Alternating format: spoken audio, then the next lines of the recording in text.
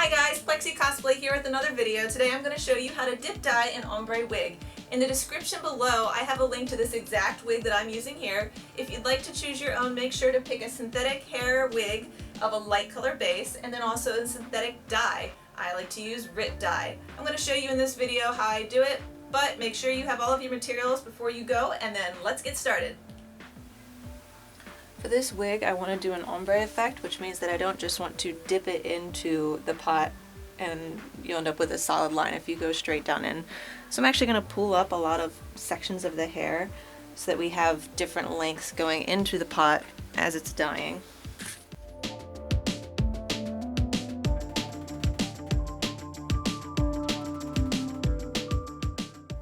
Okay, now I'll be ready to add it to the pot of water.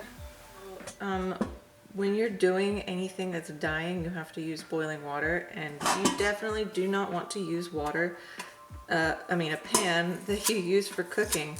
So I just went out to the local community aid or Goodwill or whatever and get yourself a cheap big pot that you don't mind ruining. This will be the pot that you use to dye everything from now on. Your designated dye pot. And then go ahead and fill your pot up. For me, I'm gonna fill it up a lot because I need to dye a lot of this hair and there's not much that's gonna bunch down in the bottom of the pot. So go ahead and fill it with water. So I filled my pot about 2/3 of the way up. You wanna make sure you have enough space that whenever you put your item in the pot, it doesn't overflow. We're gonna get this to just below boiling, as according to the directions. It says shake well. Add water to your pot, heat the water just below boiling. Maintain that temperature during dyeing. You want to get your water heated before you add your dye and apparently liquid detergent as well. Okay, so we're at the point we are just below boiling, which means I'm going to add dye. Shake well before using. And we're adding every pound of fabric. You're going to use half a bottle with 3 gallons of water. Well, we're not quite there, so we're going to take about that much. That looks good. So you add the dye and a little bit of liquid dish detergent. I'm also setting myself up with like a little section here for afterwards. Things could get messy, so go ahead and put some gloves on before you get going with this. I'm going to use a metal spoon so that I can wash this afterwards.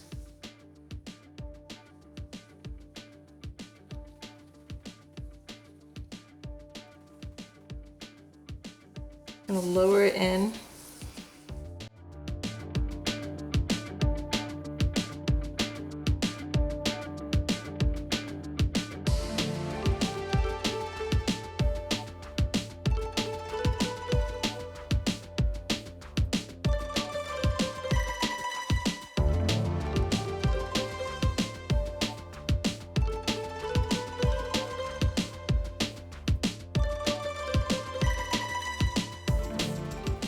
I want the ends to be the darkest and everything to kind of fade up, so I'm just lightly dipping in to get the middle sections covered and then letting the ends stay in the longest.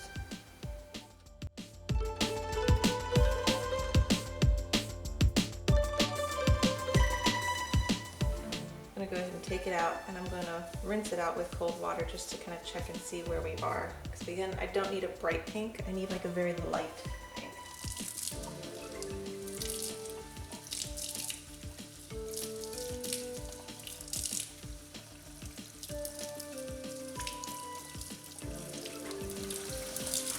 I like this color a lot. I'm not going to actually dye it any more than this because that's perfect. So I'm just being real gentle to not pull the hair, but trying to kind of comb through it a little bit.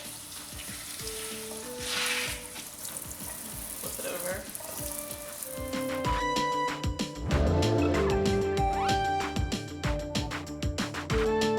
Great. I think I've got all the color out that needs to come out. So I'm going to let this dry. I'm going to go comb it out first and then let it dry. When I purchased my wig, it actually came with this comb, so this is what I'm going to use to detangle. Put it back on your wig mannequin. All I'm doing here is using a towel to lightly kind of dry it off. Go ahead and take my clips out that I had put in already. Before I put it on my mannequin, I'm gonna just try to lightly finger comb the hair so it's not so bunched up everywhere. Start by detangling from the bottom and then work your way up.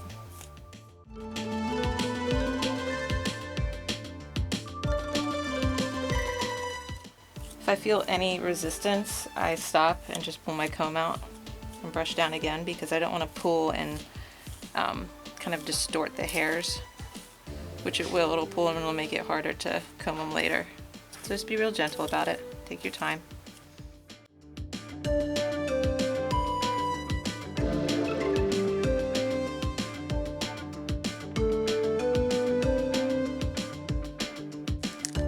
Alright, once you have it, you know, mildly combed out, we'll go with that. Then we want to put it back on our headpiece, our mannequin head.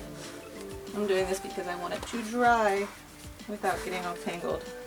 So I'm going to just brush it out one more time.